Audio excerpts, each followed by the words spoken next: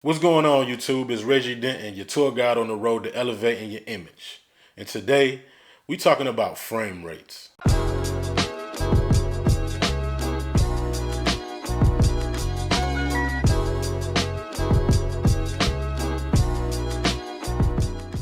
I get asked all the time, how do I get my footage to look so cinematic? And it's easy. It's an easy formula.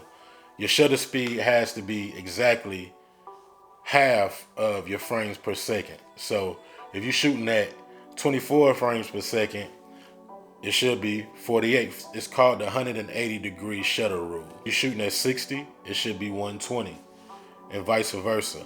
But being that I'm shooting with the Lumix GH5, and even with my GH4, instead of using shutter speed, it uses shutter angle. I have the option to choose between the two. So I don't even have to think about the math. I just know that my shutter is always at 180 degrees, being that I'm shooting with the GH5. I don't know what other cameras do that, but I know that Panasonic does. I just recently switched back to the GH5 from the Blackmagic Pocket Cinema camera, and that's one of the reasons why, is because I know Panasonic. I really don't know these other brands and other cameras, so I'm sticking with what I know and what I've been shooting on the majority of my career. So, like I said, it's called the 180-degree shutter rule, and if your camera does it, then I would put it to shutter angle versus shutter speed, so you don't never have to think about it. It's a couple of settings that you never want to change, and shutter angle is one of them. Like I said, if you're shooting at 24, it's 48. You're shooting at 60, it's 120, and so on and so on. But like I said, if you're shooting at 120 and you don't want to do the math, put your camera in shutter angle instead of shutter speed. The benefits of using the 180-degree rule is your stuff always gonna look cinematic and smooth and creamy, no matter whether you're shooting at 60 frames per second or 24 frames per second. It's always gonna give you that smooth look.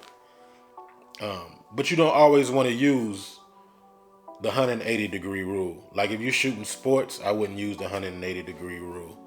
You know, if you're shooting live TV, I wouldn't use the 180-degree rule.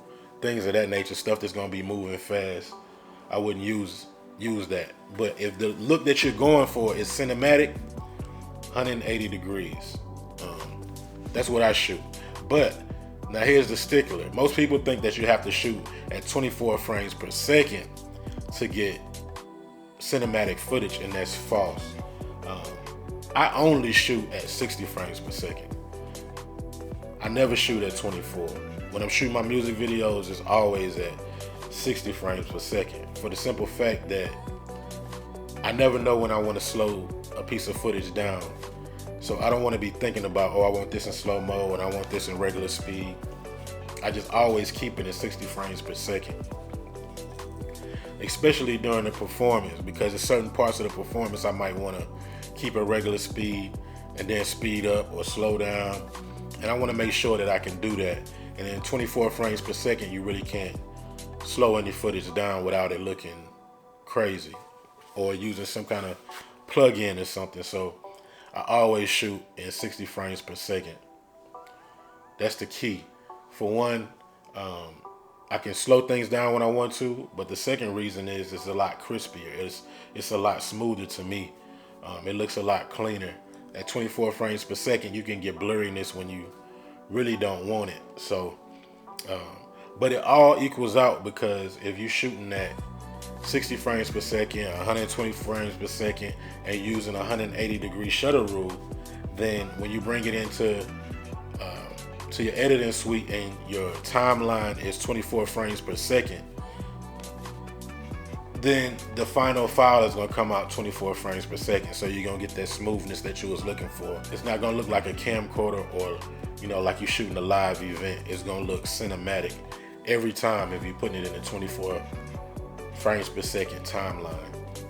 So that's the key, man. Always use the 180-degree rule and edit your stuff on a 24 frames per second timeline, and you'll get that cinematic look every time. That plus color grading, you know, whether you slap a LUT on there or color grade it yourself, you can always get it to look cinematic, man. I shoot I shoot TV shows, web series, music videos, weddings, and it always looks cinematic. I never have an issue with it looking too real or, you know, not looking cinematic.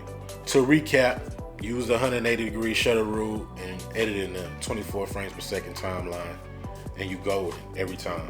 Well, anyway, if you like this video and you like the information, make sure you subscribe to the channel and click that notification bell so you'll be notified when I drop videos. I do tutorials, I do product reviews, I do daily vlogs. If that's stuff that you're interested in, make sure you subscribe to the channel, man. I'm out, but y'all keep them cameras rolling.